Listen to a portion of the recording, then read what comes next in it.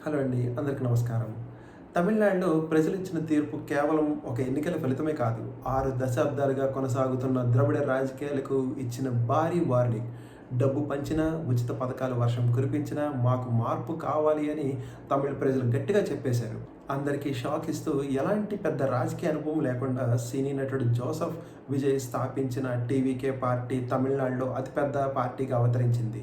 ఈరోజు ఆయన ప్రమాణ స్వీకారం కూడా చేసి విజయ్ మామ మిమ్మల్ని ఎప్పుడూ చల్లగా చూస్తారని తెలిపారు ఆయన. అసలు తమిళ ప్రజలు ఎందుకు ఇలా ఓటేశారు? డీఎంకే, అన్నా డీఎంకే ఎక్కడ తప్పు చేశాయి? బీజేపీ తెర వెనుక నుండి ఏ గేమ్ ఆడుతోంది? ఇప్పుడు తమిళనాడు రాజకీయాలు ఎటు వెళ్ళబోతున్నాయి? ఈ ప్రశ్నలన్నిటికీ తమిళనాడు అంటేనే మనకు వెంటనే గుర్తొచ్చేది ద్రవిడ రాజకీయాలు.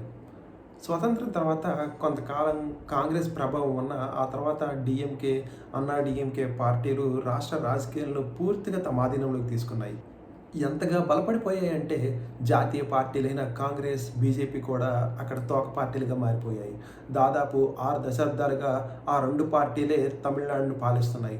దాంతో ఒక భావన ఏర్పడిపోయింది. తమిళనాడులో మాకు తప్ప మరెవరికీ స్థానం లేదు అన్న అహంకారం వచ్చేసింది ఆ 2 పార్టీల్లో. కానీ రాజకీయాల్లో ఒక విషయం చాలా ప్రమాదకరం. కాలం మారుతున్నా, ప్రజల మనస్తత్వం మారుతున్నా దాన్ని గుర్తుంచకపోవడం. అదే తప్పు కాంగ్రెస్ జాతీయ స్థాయిలో చేసింది. అదే తప్పు తమిళనాడులో ద్రవిడ పార్టీలు చేశాయి. ఇప్పటి యువతకు పాత ద్రవిడ ఉద్యమంలో ఎలాంటి భావోద్వేగ బంధం లేదు. వాళ్ళు ఇప్పుడు ఐడియాలజీ కంటే చేంజ్‌ని కోరుకుంటున్నారు. అక్కడే ఎంట్రీ ఇచ్చాడు విజయ్. సినిమా స్టార్‌గా ఉన్న క్రేజ్ కూడా ఒక కారణం కావచ్చు. కానీ విజయ్ విజయంలో అసలు కారణం మార్పు అనేదే మరింత కీలకమైన అంశం. ఈ ఎన్నికల్లో అత్యంత ఆసక్తికరమైన విషయం ఏంటంటే ప్రజలు డబ్బును చూసి ఓటేయలేదు. ఉచిత పథకాలు, హామీలను కూడా పెద్ద ప్రభావితం చేయలేదు. చాలా నియోజకవర్గాల్లో టీవీకే అభ్యర్థులు ఎవరో కూడా ప్రజలకు తెలియదు. కానీ విజయ్ ముఖం చూసి ఓటేశారు. ఇది మంచిదా? కాదా? అనేది వేరే చర్చ. కానీ ఒక విషయం మాత్రం స్పష్టం. ప్రజలు సాంప్రదాయ రాజకీయాలపై విసిగిపోయారు. ఎవరు ఎంత ఇస్తారు అన్నదానికంటే ఎవరు మార్పు తీసుకొస్తారన్న దానిపై ఆలోచనకు తిరుగుతుంది. తెర వెనుక బీజేపీ పావులు కదిపిందనే ప్రచారం జోరందుకుంది. విజయ్‌ను అడ్డుకునేందుకు రజనీకాంత్, స్టాలిన్ వద్దకు రాయబారిగా పంపారనేది తమిళ రాజకీయాల్లో హాట్ టాపిక్‌గా మారింది. డీఎంకే, అన్నా డీఎంకే కలిసి రావాలని సూచించారట. కానీ స్టాలిన్ స్పష్టంగా తిరస్కరించారు. దశాబ్దాల శత్రుత్వాన్ని మరిచిపోయి చేతులు కలపలేమని చెప్పేశారు. ఇక్కడ మనకు స్టాలిన్ చాలా హుందాగా వ్యవహరించారని చెప్పుకోవచ్చు. కానీ అసలు ట్విస్ట్ కాంగ్రెస్ వల్లే వచ్చింది. డీఎంకేకు ముందుగా చెప్పకుండా విజయ్ పార్టీకి కాంగ్రెస్ మద్దతు ప్రకటించింది. దీంతో స్టాలిన్ తీవ్ర ఆగ్రహానికి గురయ్యారు. ఇకపై ఇండియా కూటమిలో ఉండబోమన్న సంకేతాలు ఇచ్చారు. ఇది చిన్న విషయం కాదు. ఎందుకంటే తమిళనాడులో కాంగ్రెస్‌కు ఉన్న బలం డీఎంకే వల్లే. ఇప్పుడు ఆ విభేదాలన్నీ జాతీయ రాజకీయాలపై కూడా ప్రభావం చూపించే అవకాశం ఉంది.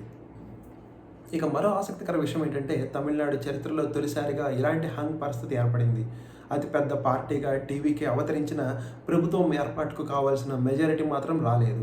మరో 11 మంది ఎమ్మెల్యేల మద్దతు కోసం విజయ్ తీవ్రంగా ప్రయత్నించాల్సి వచ్చింది. ఇక్కడే ఆయనకు రాజకీయ అనుభవలేమి కూడా బయటపడింది.